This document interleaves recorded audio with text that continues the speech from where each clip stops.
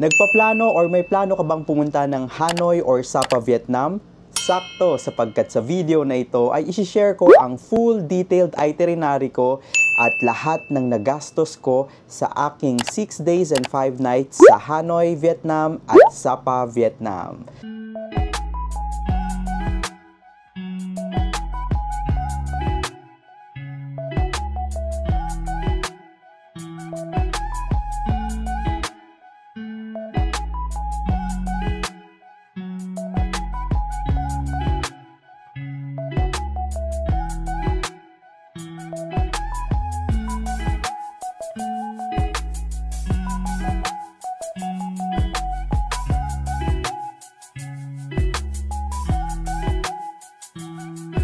Hi ka-Wonder! This is Wonder J, a travel content creator. So alam ko naman kung bakit ka nasa video na ito. Gusto mong malaman kung ano, kung paano, kung saan, at kung magkano ang magagastos kapag pupunta ng Hanoi or Sapa, Vietnam. So paalala lang na ito ay based lamang sa aking personal experience. Lahat ng ilalatag ko dito na nagastos ko, itinerary, mga processes, ay based sa personal experience ko. Maaaring pwede nyong gamitin as reference, pero maaaring iba yung ma-experience nyo pagdating ng travel ninyo. So, gawin nyo lang tong reference or basis kapag magta-travel kayo. So, tara, start na tayo. So, pwesto tayo dito sa gilid. So, dyan ko ilalagay yung details ng itinerary and expenses. So, unahin natin sa Hanoi expenses. So, for round trip ticket, ang nagastos ko ay 4,034 pesos. So, nabook ko to sa Cebu Pacific noong nag-piso fare sila. So, ang included dito is 7 kilograms hand carry only. So, wala akong in-avail na additional baggage dahil yung 7 kilos for me, kasi light packer lang din naman ako. So, yung 7 kilos I think is sakto naman na siya. Tapos, ito yung tip ko sa inyo. Make sure na kapag pupunta kayo or magta-travel kayo anywhere, domestic man or international, make sure na abangan nyo yung mga sale ng mga Cebu Pacific, ng PAL, AirAsia, or any airlines. Kasi, big savings na kapag nabook nyo is yung naka-sale, diba? So, for day 1 na pagpunta ko ng Hanoi, dito muna tayo sa Philippines. Ang binayaran ko dito is Philippine Travel Tax. For Philippine Travel Tax, that is 1,620. And gabi naman yung flight ko. So, nag-dinner na ako sa bahay before ako pumunta ng airport para makasave. Tapos, yan, fast forward tayo. Nakarating na tayo ng Noi Bai International Airport sa may Hanoi. Ang unang agenda ko doon is nag-withdraw ng pera. Nabanggit ko yun sa video ko ng travel processes ko from Manila to Hanoi. So, nag-withdraw ko sa may Agribank. Tapos, 3 million Vietnamese dong ang aking withdraw. So, that is around mga 6,500 pesos, mga ganon. So, tip ko rin yun sa inyo na sa Agribank kayo kasi maximum of 3 million Vietnamese dong yung pwede nyong i-withdraw. Sa iba kasi 2 million lang, ganon. So, sayang yung charges. So, after kong mag-withdraw, ang next kong step is kumuha ako ng SIM card para magkaroon ako ng internet. So, sa airport ng Hanoi, ang nagastos ko is 600 pesos. So, lahat pala ng mga computations dito is i-convert ko na sa peso para hindi na kayo mahirapan. Tapos, ang next kong nagastos is Grab to Hotel. Pagkasalpak ko nung SIM card ko and nag-on ako ng data, automatic naman nang nag-update yung Grab. So, kung nasa ang country kayo, yun, pansin ko, kamari dito sa Vietnam, pagka-open ko nung data ko, nag-update na kaagad yung Grab na nasa Vietnam ako. Parang ganun. So, for Grab to Hotel, bali sa old quarter ako nakastay, ang nagastos ko ay 678 pesos. So, medyo malayo din naman siya. Siguro mga 40 to 50 minutes na drive siya. So, mura na yun. Tapos, ang next kong nagastos is hotel. So, nagstay ako sa may Serenity Diamond Hotel, sa may Old Quarter. Yung Old Quarter nga pala sa Hanoi, yun yung pinaka-center ng kanilang business or yung parang sa Hanoi. Parang most of ng mga establishments, ganun, mga kainan, attractions, yun, nasa Hanoi. So, pinaka magandang pagstayan talaga is sa may Old Quarter. Ang nagastos ko naman sa hotel ko is 1,200 per night and nagstay ako ng 4 days and 3 nights. So, that is 3,600 pesos. So, for day 1, ang nagastos ko is 6,498 pesos. So next tayo is sa day 2. Hanoi pa rin tayo. For day 2, ang start ng day ko is nag-book ako ng food tour via Klook sa my old quarter. So sa food tour na ito, ang nagastos ko is 1,680. Nga pala, sa Klook, actually, ang original price nito is around 1,700 plus. Tapos, ginamit ko yung promo code ko na WonderJKlook. Kaya ako na discount ng 5%. So, kaya na siya naging 1,680. So, nga pala para sa gagamit ng mga Klook sa kanilang tours, activities, hotels, meron na po akong bagong promo code that is WonderJKlook. So, nag-start yan nitong July 1 onwards. So, 5 times yun na siyang pwedeng gamitin para maka-discount kayo. Pero kapag hindi nyo pa nagagamit yung dating code ko na WonderJ, pwede nyo pa rin yun gamitin until August 18. Ulitin ko, WonderJKlook and WonderJ. So, proceed tayo. Sa food tour na ito, kasama na yung train street and also kasama na lahat, pati yung guide, lahat ng kakainin nyo. So, hindi nyo na po problemahin yun. So, for me, sobrang sulit, worth it na ginawa ko to ng first day ko sa may Hanoi. Sapagkat walking tour to, so una, makakapag-tour na kayo, makikita nyo na kung paano yung way of living nila sa Hanoi. Tapos pangalawa, i-explain pa ng tour guide ninyo kung ano yung kakainin nyo at kung kailan siya na-originate, kung bakit siya na-originate, kung ano yung nasa laman nung kakainin nyo. So, sobrang sulit talaga ng food tour na ito. So, ginawan ko ng separate video yung food tour natin yan. So ilalagay ko na lang sa description box yung link para mapanood nyo after nyo mapanood ang video na ito. So, next kong nagastos is fruits. So, sa fruits, bumili ako ng mangosteen, rambutan, siniguelas. So, sobrang hilig ko kasing kumain ng fruits. And sa Vietnam kasi, ang sasarap ng fruits nila. So, ang gastos ko doon is 400 pesos. So, next na itinerary ko, parang umuwi ata ako after lunch, is pumunta ako ng One Kiem Lake. And umikot ako sa old quarter. So, since nung day 2 ko is a weekend, parang Saturday yata yun. So, kinuklose nila yung area sa may around One Kiem Lake. So, dun ako nag-night market naman. Ang nagastos ko doon is ice cream and barbecue, that is 200 pesos. Tapos, nag-dinner ako sa isang kalye doon na street ng chicken noodles. So, ang nagastos ko doon is 120 pesos. So, umorder ako ng beer na Hanoi beer. That is 80 pesos. So, for day 2, ang nagastos natin, total is 2,480 pesos. Next tayo, for day 3, ang breakfast ko is umorder ako ng banh mi sa may Banh Mi 25. So, itong Banh Mi 25, sobrang sikat nito sa Hanoi kasi sobrang sasarap talaga ng banh mi nila. So, ang nagastos ko doon is 100 pesos. Tapos, bumili ako ng water, 40 pesos, Yakult, 50 pesos. Kasi sa umagang to, magtutour naman ako sa countryside ng Hanoi. So, that is sa may Ninh Binh. So, yung Ninh Binh tour is nabook ko rin via Klook. Ang kasama dito is day tour na, kasama na yung transfer nyo from Hanoi to Ninh Binh, tapos Ninh Binh to Hanoi. So, ibabalik na kayo. And also, as kasama na ang buffet lunch dito. So, wala na kayong problema sa pagkain kasi buffet lunch na. Ang nagastos ko naman dito is 2,380 pero around 2,500 talaga yung tour na ito eh. Pero ginamit ko ulit yung promo code ko which is WonderJ or WonderJKlook para makapa-avail ako ng 5% discount. So, make sure na gamitin niyo yung promo code kasi sayang din, 'di ba? Tapos ang nagastos ko sa tour na yon as tip sa boat kasi may boating yon sa may Trang-an, 200 pesos. Tip sa tour guide namin is 300 pesos. Tapos, bumili rin ako ng Vietnamese hat. That is 60 pesos. Tapos yun, nakabalik na ako sa may Hanoi. Ang nagastos ko naman for dinner naman sa Hanoi is kumain ako sa isang pho na parang restaurant. Actually, hindi siya restaurant eh. Along the street lang siya eh. Kasi anywhere naman dun sa Hanoi, ang sarap talaga ng pagkain nila dun. So, yung nagastos ko dun sa pho is 130 pesos. Tapos, pumunta ako ng S-Mart. Yung S-Mart is parang 7-Eleven nila doon. Ang nagastos ko is 150 pesos kasi bumili ako ng mga dessert, ganun, parang ice cream and chicheria nila doon.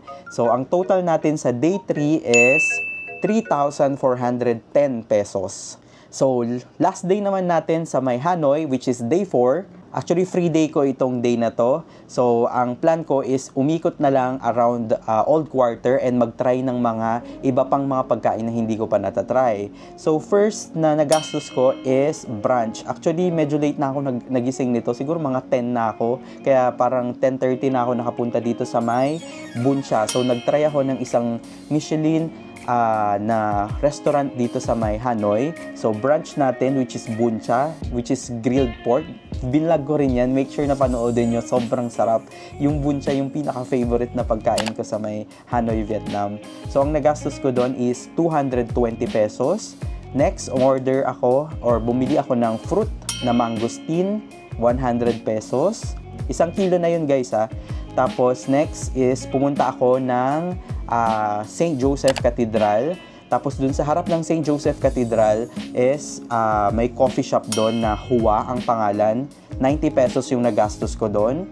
Tapos along the way pala, bumili ako ng sticky rice na parang bilo-bilo, which is 22 pesos. Tapos nag-food trip ako sa street ng Old Quarter. Na-try ko yung Vietnamese cake nila, which is 40 pesos. Tapos nag-check out na ako sa ating hotel. And actually, busog pa naman ako kasi nga brunch ko na yung sa Buncha, so hindi na ako kumain. Tapos ang next kong nagastos is Grab, papuntang Ho Chi Minh Mausoleum kasi doon yung next na itinerary natin. Ang nagastos ko is 85 pesos. Siguro mga 2 kilometers away siya doon sa hotel ko. Imagine nyo yun, 2 kilometers, tas 85 pesos lang. Grab car yung pinag-uusapan natin, ha. So, sa Ho Chi Minh Mausoleum, ang nagastos ko ay wala dahil free ang entrance doon. Make sure lang na mag-shorts kayo na below the knee and huwag kayong mag-sleeveless para sa mga babae. Tapos, ang next kong itinerary is pumunta ako ng Temple of Literature. So, doon, ang entrance fee is 154 pesos. Tapos, sa labas ng Temple of Literature, nagutom ako. Bumili ako ulit ng banh mi. So, ang presyo nun is 60 pesos. Tapos, ang next ko is, nag-grab ako papuntang Cafe Giang. Yung grab ko is 84 pesos naman. Tapos, sa Cafe Giang, dito naman yung pinaka-famous na egg coffee. So, syempre, ang in-order ko dito sa Cafe Giang is yung egg coffee, which is 70 pesos. Tapos, ang next na expense ko is Grab. Kasi nga, pumunta ako ng Cafe Giang papuntang hotel. Kasi iniwan ko yung mga gamit ko sa hotel. Tapos, ang nagastos ko doon is 80 pesos. And ang next ko doon is pupunta na tayo ng Sapa. Kasi 9:30 p.m. ang ating scheduled ng sleeper bus naman natin from Hanoi papuntang Sapa, Vietnam.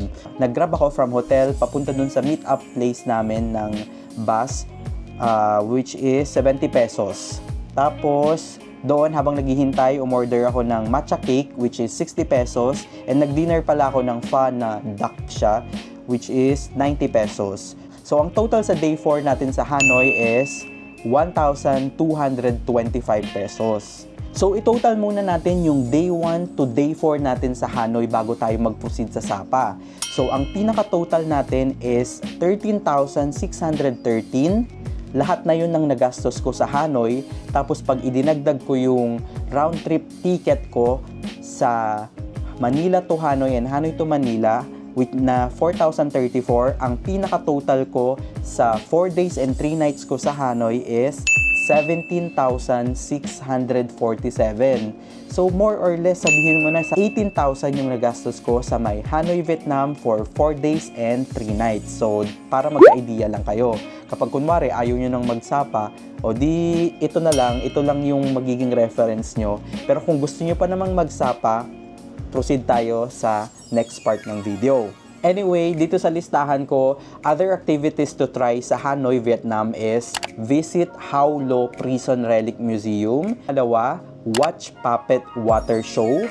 Pangatlo, travel to Incense Village. And pang-apat is Note Coffee and Bangkong Restaurant. Yun yung mga nasa listahan ko na hindi ko na-try sa may Hanoi, Vietnam. So, proceed tayo sa Sapa, Vietnam. So, sa Sapa, Vietnam, mag-i-stay naman tayo ng 2 days and 1 night. So, ang first na expense ko sa may papuntang Sapa is yung sleeper bus from Hanoi to Sapa. So, sabi ko nga kanina, 9:30 p.m. yung schedule ko ng Hanoi to Sapa, Vietnam. Nabook ko lang din to via Klook. So, ang nagastos ko doon is 545 pesos. It is a 6 hours bus drive. So, make sure na matulog kayo. Lalo na ako kasi nga kinabukasan may tour ako. So, talagang pinilit kong matulog. So, ang next kong nagastos, dumating ako sa Sapa. Dumiretso ako ng homestay ko. Sakto, buti na lang pinag-early check-in. Pumayag yung ating host na mag-early check-in ako. So, nakapagpahinga pa ako nung umaga. So, ang nagastos ko naman sa homestay ko na ito is sa may Pho Giang Homestay. Ang nagastos ko is 1,490 pesos per night with free breakfast. Pero yung breakfast na in-avail ko is yung the following day na. Pero yung pagdating ko, nagpaluto na lang ako kasi nag-offer sila kung gusto kong mag-breakfast. Ang nagastos ko doon is 150 pesos. Tapos, after kong mag-breakfast is nagpahinga lang akong konti, nag-wash up, ganun.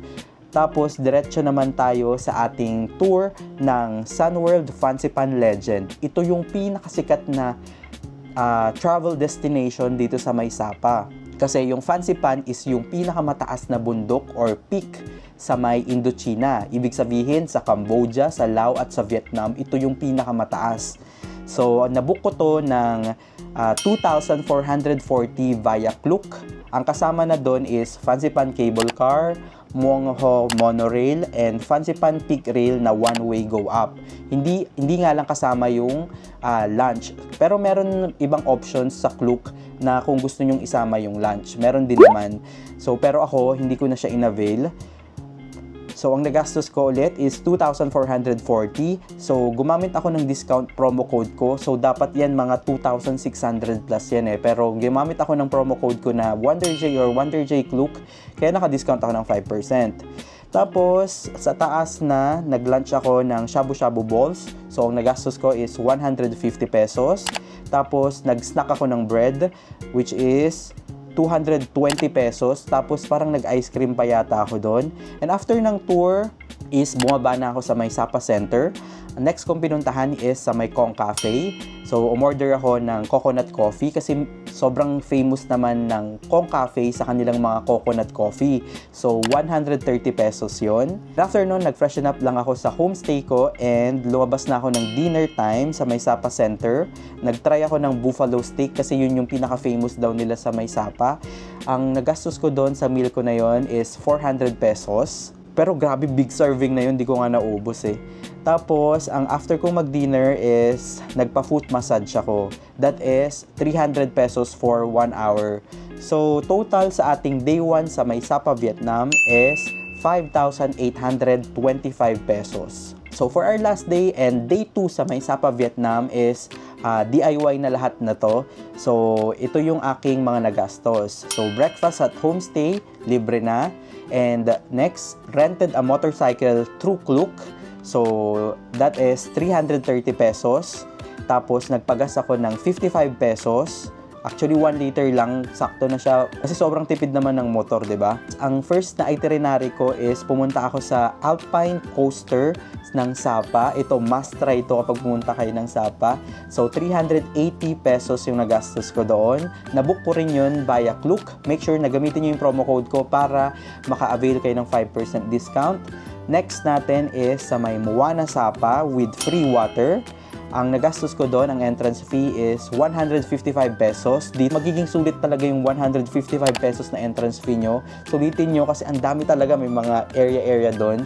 Pero tip ko sa inyo, siguro mga before lunch kayo pumunta para maganda yung tama ng ilaw, tsaka konti yung tao, tsaka weekday kayong pumunta pala.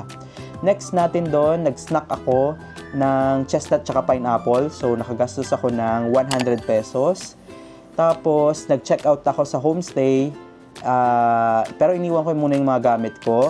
Ang next kong itinerary nung hapon is pumunta ako ng Katkat Village. So ito yung pinakasikat na village na nagpo-portrait ng tradition culture ng mga taga-Sapa o yung mga Hmong Community Village. So, yung entrance fee dito sa Katkat Village is 330 pesos. Dito rin ako nakabili ng souvenir na silver necklace tsaka sing-sing na 1,870 pesos. Tapos, after ko dyan is nagsapa Viet trekking ako. Ito sobrang sikat din to ng coffee shop na to, which is nagastos ko dito 300 kasi may magandang view doon, yung parang monorail dumadaan doon.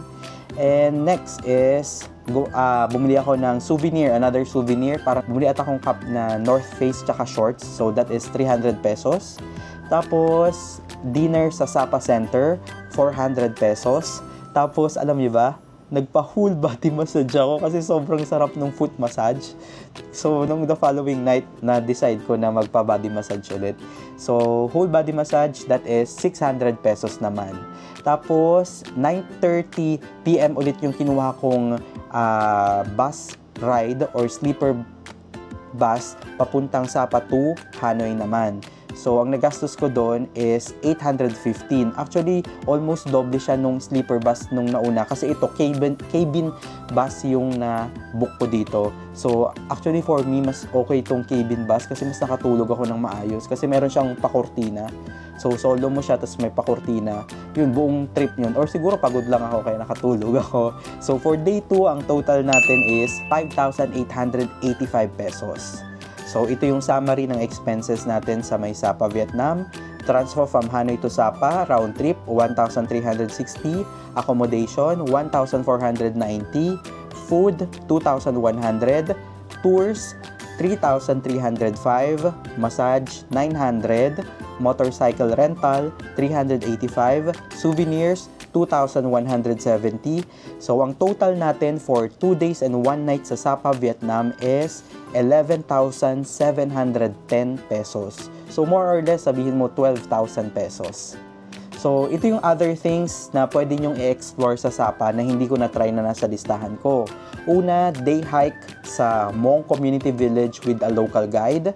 Pangalawa, Glass Bottom Bridge. Pangatlo, Silver Waterfall and Cloud Dragon Skywalk. And last is yung sa Sapa Lake. So, di ba? 12,000 pesos yung magastos ko doon sa buong Sapa trip ko. For me, sobrang hindi ako nagsisisi na dinagdag ko yung Sapa Vietnam sa aking adventure kasi sobrang ganda rin ng Sapa. Iba yung vibe niya.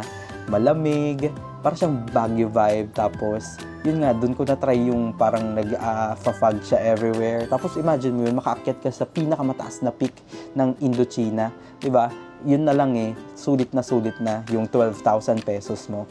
Anyway, so ngayon naman, kapag total naman natin yung ating expenses ng Hanoi and Sapa. So, for airport round-trip ticket from Manila to Hanoi, that is 4,034. Travel tax, 1,620. Transportation from Hanoi to Sapa round trip, that is 1,360. Accommodation for Hanoi and Sapa, that is 5,090. SIM card, 600 pesos. Yung SIM card pala, 10 days na yon. For food, that is 4,122. For tours, that is 8,079 pesos. For Grab, 997 pesos. For massage, that is 900 pesos. For motorcycle rental, that is 385 pesos. For souvenirs, 2,170 pesos. So, pinaka-total natin is 29,357 pesos, or roughly, that is 30,000 pesos for the full 6 days and 5 nights sa Hanoi and Sapa, Vietnam. So, 30,000 pesos, yun, ipunin nyo lang yun, ma-explore nyo na lahat nung na-explore ko sa may Hanoi and Sapa, Vietnam. So, kapag may plan ka mag-Hanoi or Sapa, Vietnam, sana ay nagkaroon ka ng idea sa mga pupuntahan and expenses. Nga pala, pwede nyong panoodin yung aking Hanoi and Sapa, Vietnam vlogs kasi doon talaga yung parang detailed na itinerary, yung mga ginawa ko per activity, ganyan, para magka-idea ka na rin. Make sure na mag-subscribe sa ating channel and i-like ang video na ito para i-recommend pa tayo ni YouTube, and also follow me in my other social media account. For Instagram, that is wonder_j_. For TikTok, wonder_j. And for our Klook promo code, that is wonderj until August 18, and Wonder J Klook from July 1 onwards. So this is Wonder J saying bye-bye mga Wonder, and see you on my next vlog. Bye-bye!